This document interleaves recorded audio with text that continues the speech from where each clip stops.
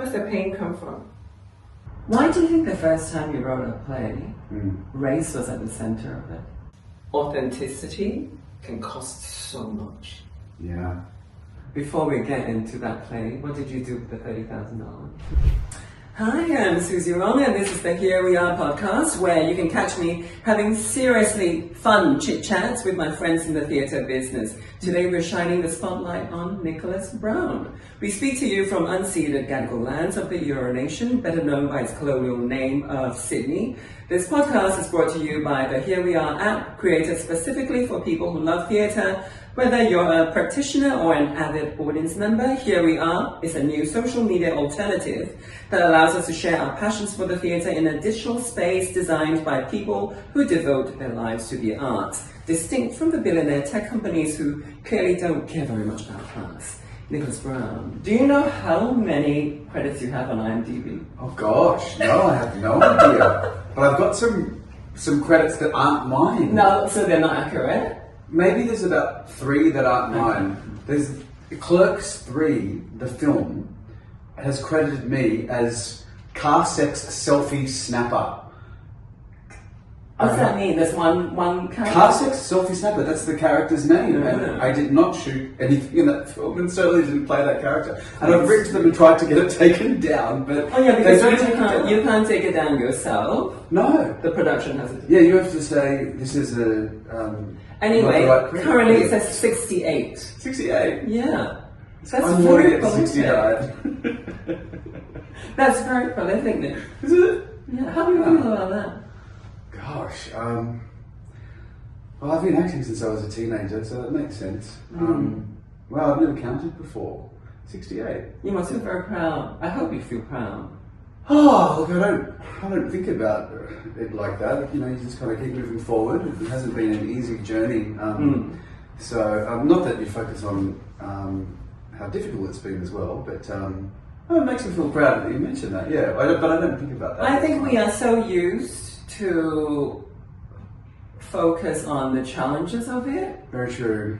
You know, and that's the daily conversations that we have about, this stumbling block, that stumbling block, how you got over that, how you overcame that. But you've done so well. Thank you, Susie. That means a lot coming from you. Yes, my reviews are always special. Do you read reviews? Sometimes, yeah. Okay. What's that mean, sometimes? As in other people's reviews or reviews your of the own play that I'm in? I do. I know every actor says that they don't, but I do. Yeah. Do you read them after or during? During. Okay. Yeah. I just find it interesting to see what someone else thinks, another person's perspective. I don't take it seriously. I have a laugh if it's a bad review. And if it's a good one, well, great. I agree with some of that. Sometimes if it's a bad review, I'll agree with it as well. I'm glad someone picked up on that because I thought that moment didn't quite work as well, or whatever, you know. But everyone's entitled to their own opinion. That's a very healthy relationship with reviews. Have you always had that relationship with reviews, or is this something that you learned? I think I've just always been interested to see what other people think. So you're not super sensitive in that way? Well, I haven't been ripped apart, thank goodness, in a review before. Sometimes critical. My first play that I wrote, the reviews were not incredible, and that was, it hurt a little bit, but I also agreed that the show needed more work as well. So which one was that? Lighten Up. I was doing my research on my own website, looking back at the times I've seen your work. Yeah. And Lighten Up was 2016. Yeah. Almost 10 years, or 9 years. Wow. Yeah. I wrote a very favourable review. I remember. Yeah. You were lovely. You wrote a very kind review. I was very excited about it. But it was a collaboration, right? It was you and Sam Cool. That's right, yeah. Co-written? Yes, it was an original concept by myself, and I took it to Sam because I wanted it to be a laugh out loud comedy. And so Sam, being a stand-up comedian, collaborated with me, and so came a new version of the show, which was based on the film.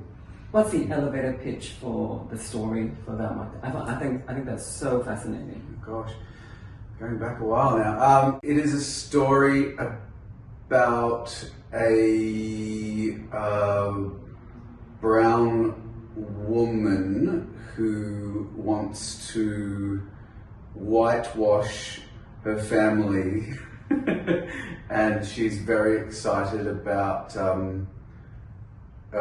cleansing her bloodline when her brown son falls in love with a white woman, and shit hits the fan basically when he falls in love with a First Nations woman and she has to deal with the idea of having a brown or black grandchild. Why do you think the first time you wrote a play, race was at the center of it? Well, because it's pretty much everything I'd experienced in my childhood and in the entertainment industry as well. I faced a lot of racism. Yeah, but I grew up in a strange household. It was a happy family, but my parents identify as Anglo-Indian, and they very much leaned towards their European and British sides, their mixed race, and so they would tell us that we were British and that our heritage was British, and clearly we're brown, my sister and I. I've always been too polite to ask what's Anglo-Indian. I understand sort of the cultural aspect of it. I once had a co-worker who was significantly older. So when she said she was Anglo-Indian, it was very clear that she was leaning on the Anglo side. And it made me think that, I understand the cultural implications and where that comes from, because I grew up in Singapore, and probably not to the same degree as India, but I certainly experienced that. I certainly understand those values that you might grow up with. But I also wondered, does that mean that you are mixed race? Yes, well, I don't call myself Anglo-Indian anymore. I call myself Indian-Australian. My parents still call themselves Anglo-Indian sometimes, if my mum's not making up some sort of European-British kind of backstory. But Anglo-Indian could either mean that you have one white parent, one Indian parent, or it could mean you are of Anglo-Indian heritage, which means somewhere back in the bloodline there was a British or European person that created a mixed race child, and then that mixed race child would have married another mixed race child, and over the years of the British living in India, a whole race developed of Anglo-Indians, and that's where my family history comes from. Because you started in the acting business quite a while back, you know, I imagine that it was very, very challenging then. I know things have changed, probably significantly in some ways, but clearly there are new issues, and new issues seem to always surface. Of course. But at the same time, you know, we all grow up and we're all mature. Do you find yourself at a place where you're sort of more at peace with it or something? Yes, for many years I was angry, and for many years I was fighting, and I've always considered myself an anti-racism ambassador. It's a relief to see that there are a lot of younger creatives that are fighting the good fight, because I became exhausted after having to do it for so many years. And back when I graduated from NIDA, it was the year 2000, and there was just so much racism, and so I was constantly pushing, writing letters, doing everything I possibly could to create visibility for myself and for other people of colour in Australia. Often hitting brick walls, and then eventually the Equity Diversity Committee was formed in 2012 or 13 or 14, I believe, I can't remember. I was part of that committee and the push to get that committee happening. And yeah, since then I did start to see significant changes, and I was in my mid-30s by then, and we're still always pushing, but I found that finally other people were pushing as well, and then eventually more graduates were coming out of the acting schools that were of Asian backgrounds, Indian backgrounds, more First Nations actors, and I didn't feel like I was on my own. because for so many years I felt that I was the only brown actor. Back there were in not many others. 2000, when you would say, when you finished LIGHTEN, around 2000, and you mentioned that, you perceived the racism and you were dealing with it. Did you understand that it was race at that time? You right away you understood that it was. I knew. Yeah, my agent was very abrupt and upfront, and she was saying, "I can't get you in the room. They don't think your look is right." And I'd say, "Because I'm brown," and she'd say, "Yes." And so I appreciated her honesty. And so that was that. And I was like, okay, well, they don't want me in the room. That's interesting, because I think a lot of people kind of, I think it's probably easier to think that, maybe I'm not a good enough actor, or I'm not well known enough. Give yourself that sort of reason, rather than say, it's not me, it's the system. I never gave up. I kept pushing. I'd go to a lot of meetings. I would write letters to directors. I would often talk about racism whenever I could to people in the industry. That's interesting, you have to do all this extra stuff. It was a lot. That's why I became really exhausted after a while. Well, eventually I left the country. I was fed up. But fortunately, I worked on music. I was in a funk band, and so when acting was really quiet, I still felt that my cup was full, because I was writing music and performing live, and didn't matter that I was a brown guy in a funk band. If anything, they were trying to get me to be more black. These white boys who started the funk band were interested in blaxploitation films and funk music and James Brown, and they were telling me, "Nick, you got to be more black." And I'd be like, "I am. What the hell? These white boys telling me to be more black." They wanted me to speak with an American accent. So it was quite funny, because I had the acting industry not really accepting me because I was brown, and the music was saying, "Be more brown." So you've got acting. Yeah. You've got music. Yeah.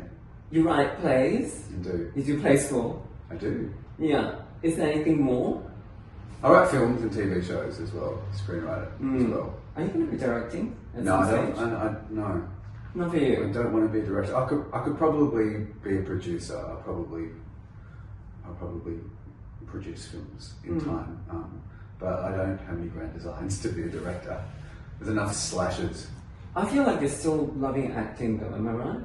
I do, yeah. I mean,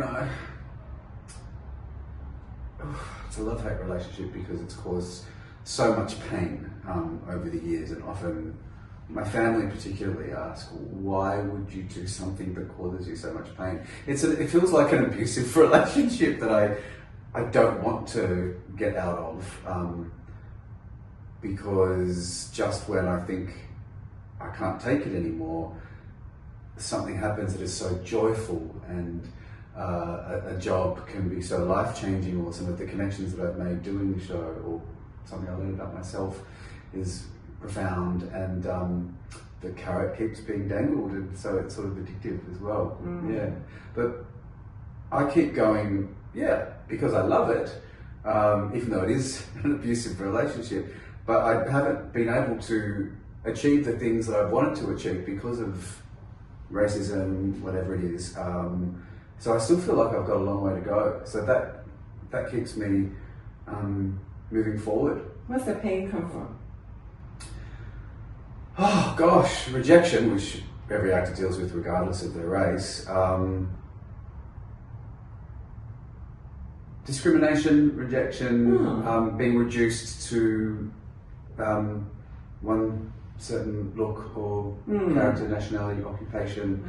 I've seen people around me thrive, and I had to get very good at just playing perhaps one or two characters, or to perfect an accent, and I made money from it, made a living from it, but I don't feel that I was ever allowed to expand in the way that perhaps my white peers have, and so I look forward to that happening, hopefully in the near future. But you've certainly expanded with the writing, because you won the Nick Enright Prize for Playwriting. That was a nice surprise. Yeah. Before we get into that play, what did you do with the $30,000? Oh gosh, I wanted to go to Peru. I'd go on a big holiday. I saved it. Oh, good for you.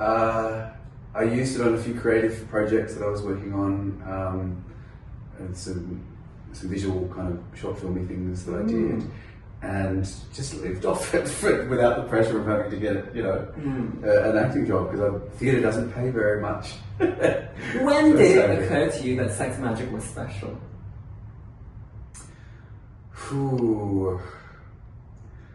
I knew that I was on to something because I was so afraid to write it. And so I knew it was special because it filled me with so much fear. And whenever I've been terrified of something, I've leaned into it and have always been rewarded. And so I knew that to develop myself as a person and as an artist, I needed to embrace my fear. Were you afraid that it was exposing too much, or were you afraid of people's response to it? Yeah, well, I was living in India at the time when I started to try and work out who I was and my sexuality, and at the time it was illegal in India to be gay, and I somehow found I was at peace with being queer in India where it was illegal, and I found Indian mythology and Hinduism really helped me find that peace. I found Indian mythology to be very queer, and the deities were very fluid compared to the Christian God that I grew up with, and I felt so comfortable learning about Indian mythology and my Indian background. For the first time, I was so proud to be Indian and was terrified to be gay in India, but felt at peace with it. And so I thought, this could be an interesting story. And while I was dealing with it, I thought, okay, well, let me write about this. You were dealing with new kind of understanding about your sexuality. Yeah. And you started writing it quite soon, or during that time. Yeah, well, I wrote Lighten Up when I was coming to terms with my skin colour and learning to love myself and being a brown man, and that was a long journey, and I had to work that out and be comfortable with that before I could work out my sexuality. So it was dealing with this, with being comfortable in my own skin first, and then on top of that I was like, I thought, no, I'm going to deal with this now. They're both big things, being proud of who you are and loving yourself and for who you are and things that you can't change. And so, writing Sex Magick was the second part of my journey. So it's quite a literal figuring yourself out as you're creating. Yes. Writing a story to heal yourself, I suppose. Because I didn't know how else to do that. Yeah. Sex Magick feels like a play that I feel like you went in with vague ideas of concepts, but not really knowing the directions, I think the words might sound a little bit negative, but I think there was a lot of pleasure in observing that, because it's an odyssey, isn't it? It is. You kind of go through it. People are going through literal journeys, and then also kind of psychological journeys, and we know there's never linear, and it's kind of beautiful and wild and chaotic. And the way you've written it is not just the dialogue, it's so much the physicality of the theatrical experience. Yeah. So glorious. Oh, thank you. Yeah. How do you do it? Like, I feel like people can write dialogue, and then I only know that because from reading plays, right? So there are parts of it that are dialogue that's very clear, and some of it is just sort of descriptive. Do you find one more difficult than the other? I love writing dialogue. I enjoy dialogue. I'm good at writing heightened dialogue as well, because I feel like I can be quite a heightened person. So, no, I love creating theatrical worlds and conjuring up some unimaginable place. I must say, Declan Green, who's the artistic director of Griffin and who co-directed the show with me and was the dramaturg on the show, really was so beautiful to work with. The original concept was all there, the story was all there when I first brought the play to him, but he helped me bend and shape it in the most beautiful way. So it did feel like a lovely collaboration. So I'm very grateful for being able to collaborate with him. And it did feel like it was a collaboration between dramaturg and playwright. He never told me what to do in any sort of way, but he'd ask me questions which would lead me into the next draft. And so I think a good dramaturg does that, and he's a brilliant dramaturg. There were 7 years between Lighten Up and Sex Magick. Mm. How many have you got on the go at the moment? How many plays? Yeah. I've got a new play. I finished first draft. It's called Oracle Boy. I wrote that last year. Currently trying to get it up and running. Have some interest from a few theatre companies. So that's a journey. It takes so long to write a damn play, and then it takes so long to get a theatre company to be interested, and they sort of are for a bit, and then they kind of lead you on, and they don't program it in the next season, and you think, why didn't you tell me I could have pitched it somewhere else? And then they say, wait a year, and then before long, 4 or 5 years have passed, because it takes a long time for a season to be programmed. And so it's a really long and frustrating. Do you feel like you've got a good handle on that system and that process, like where to go, who to speak to? I know the people now. I mean, mainly because I've been working as an actor in the theatre, but I think since Sex Magick did well, definitely, ears have pricked up. People respond to my emails these days when I say, hey, I've got a new show, would you be interested in reading it? Whereas back in the day, no one ever responded. It's Oracle Boy. It sounds like there is mysticism in it. I think everything I write has mysticism in it. Why is that? Because I'm a mystical person, Susie. What's that mean? What does that mean? Well, I believe that we don't have all the answers. No one knows the meaning of life, and we're all trying to work it out. And I believe in the supernatural and the natural world, and I enjoy writing about it.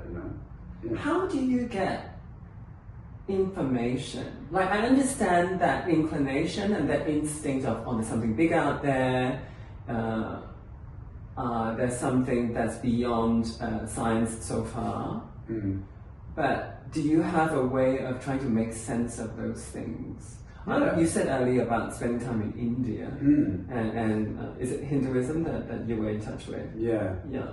So do you look at Hinduism and other sort of ideas? Yeah, I'm interested in all sorts of energies, from the natural world or from the mystical world, from the mythological worlds, and all sorts of cultures, not just Indian Hinduism.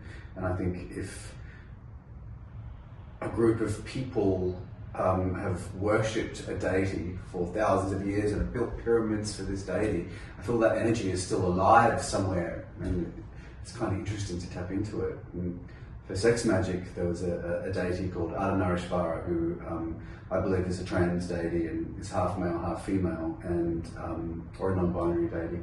And I used to work with the energy of that deity when I was writing, and really enjoyed that.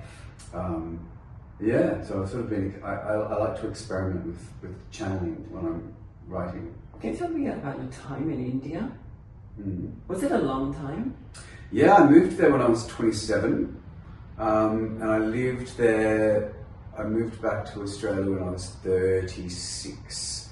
In between, during that time I lived in LA for a year and a half and would come back to Sydney for certain jobs. But I was in India for a good chunk of time. And strangely enough, the majority of jobs that I got in India, particularly in Bollywood, they took me overseas. So for a lot of the time I was not in Mumbai, I was shooting in the Maldives or in LA, Santa Fe, doing shows that took me to Europe and to London, to the West End. And so having struggled for so many years in Australia, it was really cool moving to Mumbai, and suddenly this international career kind of took off, and I was terrified moving to Mumbai. I thought, I can't speak the language, I don't know anyone, how am I going to do this? And that was when I first realised, okay, if something doesn't make sense, or if you're terrified of something, do it, because what have you got to lose? And so that's kind of how I operated as an artist now. If something doesn't make sense, or if I'm terrified. Did you feel like you found success quicker over there? Sorry, say again? Did you feel like you found success quicker? It was so fast. The moment I arrived in Mumbai, I mean, I worked hard. I had a show reel from a TV show that I did, TV shows that I did in Australia, and I sent it out and dropped it off personally to quite a few producers, and within a couple of weeks things started flowing, and I met a lot of theatre folk who introduced me to a lot of film folk, and I went from not knowing anyone to suddenly being this new guy that showed up and was starting to get work. And then it sort of happened. I was in a West End Bollywood stage musical, and then the Kites film presented itself to me, and I ended up playing the lead villain in, at the time, it was the most expensive Bollywood film ever made, and was suddenly working opposite the biggest superstar in the world in Mumbai, in Bollywood, as the antagonist, as the villain. So suddenly I was this kind of masculine villainous figure. Did they cast you in roles that didn't require that language? Or did you have to learn the language? I didn't know Hindi at all. My parents never spoke it. So I had to really start doing crash courses. Oh. Fortunately, Kites was a crossover film and a English film. So a lot of my language was English, which is half English, half Hindi. And I would change things around and make them a little bit more English to make it easier for myself. But I had to learn huge chunks of Hindi as well. So did you feel like the obstacles that you faced here was very clear to you that it wasn't the same thing over there? Opportunity presented itself in the most glorious way, but I still had obstacles. There was the language barrier. Yeah. And being gay, I couldn't be myself. So I was in the closet. Oh, right. And people were trying to set me up with women. A lot of the Bollywood folk that I was working with were saying, this is how you become a superstar. If you marry this woman, you will be a superstar couple. She's interested in you. Go over and meet her and her mum. This is at parties. And so suddenly I realized, oh my God, this is what I have to do. And seriously considered doing it. But fortunately I didn't, because it would have been a pretty unhappy existence and really unfair on the poor woman as well. But it happens a lot. There are a lot of gay people in Bollywood who are married and have kids. So even if you were closeted, it wasn't enough. You had to have a front. Oh, for sure. Right. A lot of the Bollywood stars are queer. It's not known. And producers and directors. Right. But they're all married. So that's the heterosexual relationships. That's the only way that you can conduct a career is to have a false marriage. Absolutely. There's a lot of homophobia in India, even though it's been legalised. It's very, very dangerous being gay. I follow this beautiful Punjabi fashion designer who makes the most amazing clothes, and recently there was footage of his warehouse being broken into and his clothes destroyed. And, you know, just devastating that is happening and still happening.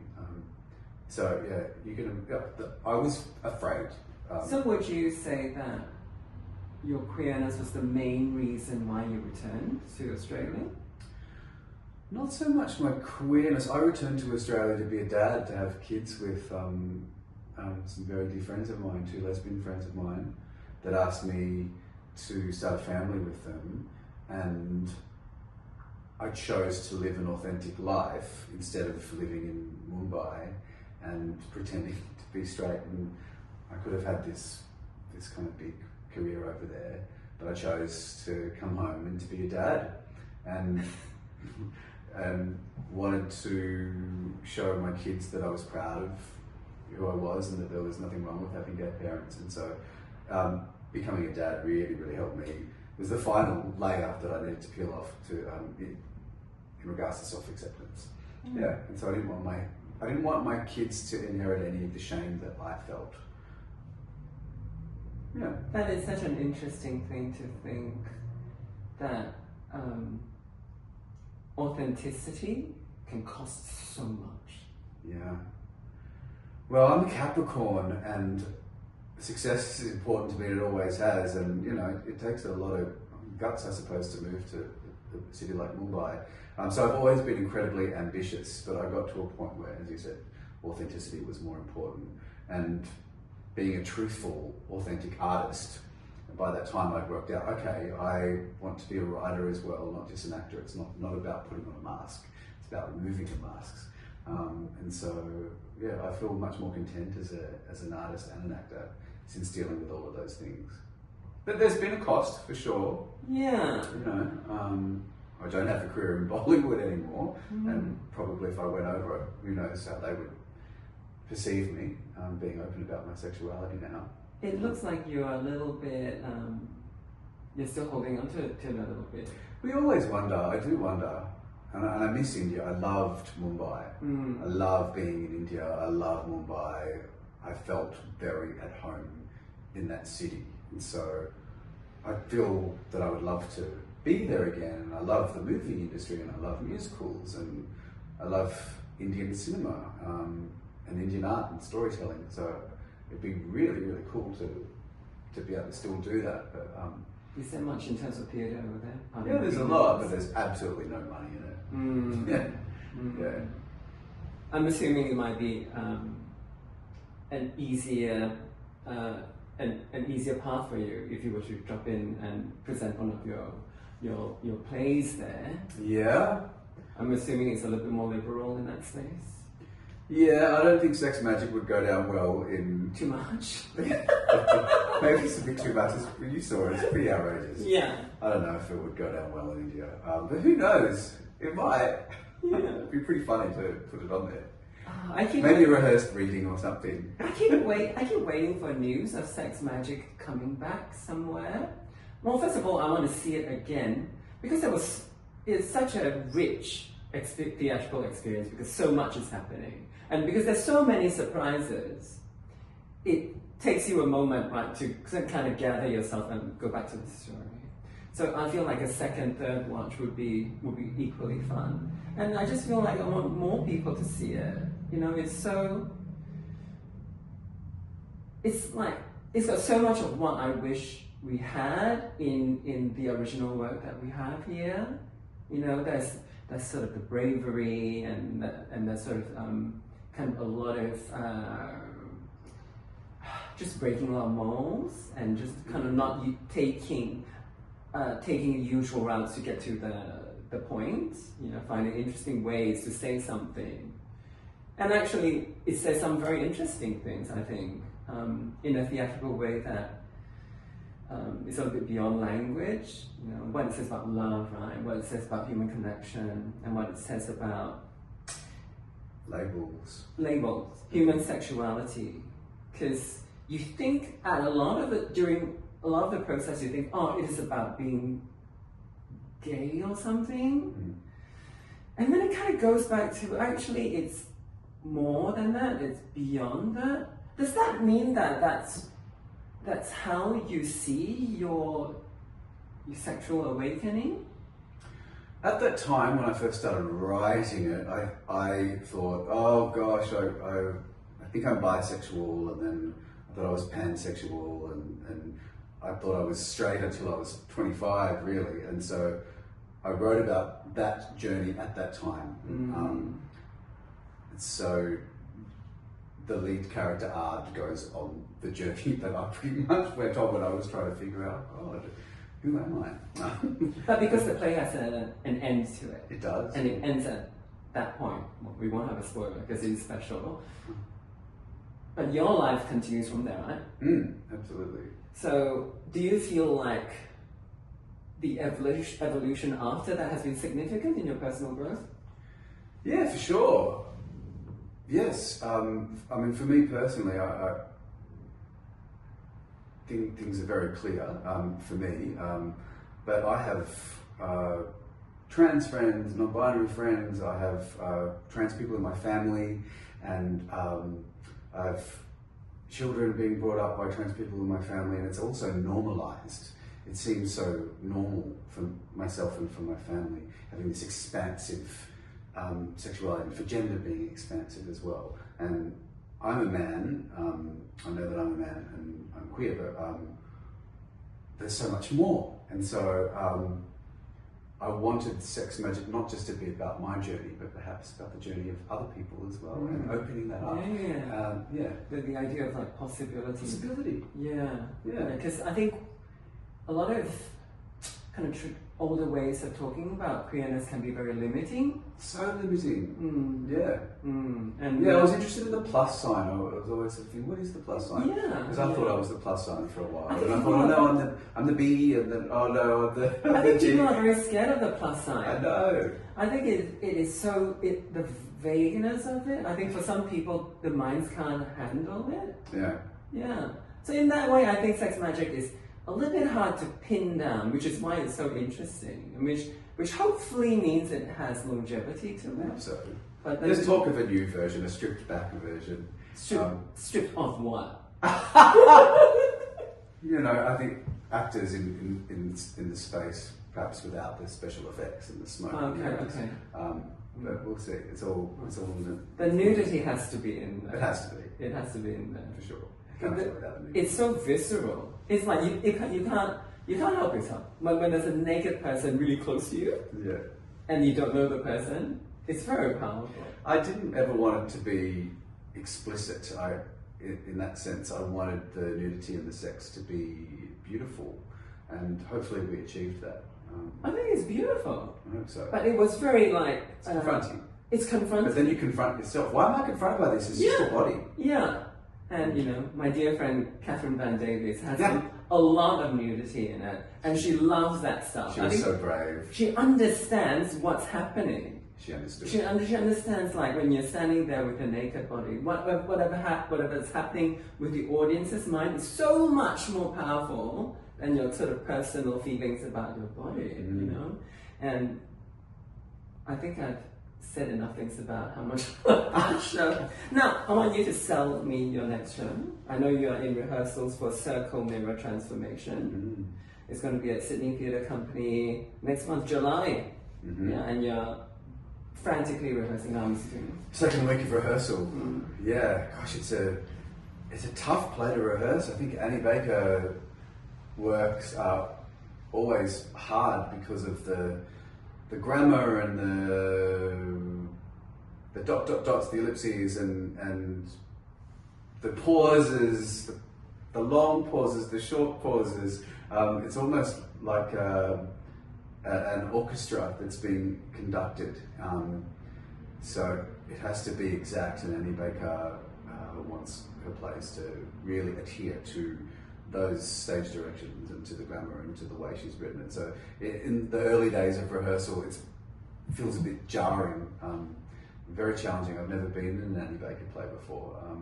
It's very naturalistic, and a lot of the work that I've done in the theatre has been quite large and not grand, but stylized in a way. This is very, very naturalistic, and so I have to trust that I am enough, and that the text is enough. And obviously the text is enough because Annie Baker's an incredible Pulitzer Prize-winner playwright.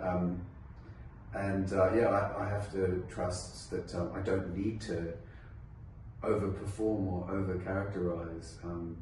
So it's a challenge. It's lovely doing something that seems so simple. Time, isn't it? So hard. It's the dirty phase where you feel tired and exhausted and dirty and trawling through the mud. But it's a joyful cast. It's a cool cast. And we're playing a lot of the games, the drama games that the characters play in the show, because the play is set in an amateur drama class. It's about non-actors doing an amateur drama class run by a wonderful community leader, and their lives start to unravel, and we learn all of these things about them, and there are small shifts in their lives and huge seismic shifts as well, and there's a simplicity and a beauty to it all. Are you playing one of the non-actors? I am, yeah. That was so hard. Yeah.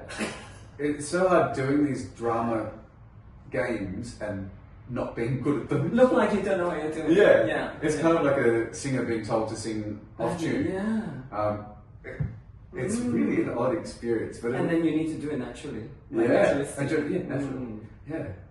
It's a challenge. Okay. Yeah. Who do you think the play's going to speak to?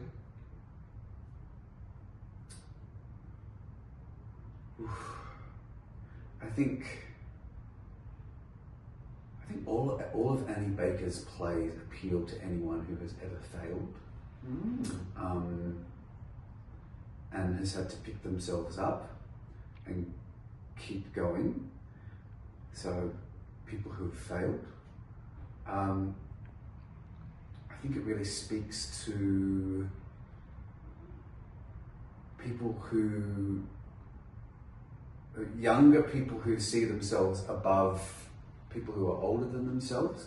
Annie Baker plays always have really interesting relationships between younger characters and older characters, people who have a lot of hope and are at the beginning of their dreams coming true, and then people who perhaps have failed, and these characters are put together, and I think I think it appeals to quite a few different ages. Younger creative people and perhaps older creative people who are still going, perhaps people like myself. I don't feel like I've failed because I'm working, but I've certainly, felt rock bottom many times. So I identify with a lot of the themes. But I think to people who've failed. Which means you're casting the net really wide? Yeah, you're basically telling all our listeners, everyone can come and see it. Everyone, all of you losers, come and see the show. I'm sure it's going to be a hilarious ride. I hope so. But it's a very human story, because I think on paper it looks like it's an in-house play about theatre, and it's not. It's about the joy and pain of life, and how these small moments in life, or in a class, or a connection with a teacher, can seemingly seem like nothing, but then years later you realise, oh my gosh, that made a difference in my life. So it's quite poignant and beautiful. Sounds beautiful, but I'll be the judge of that when I yes, see you it. will be. Thank you, Nicholas Brown. Thanks, Susie.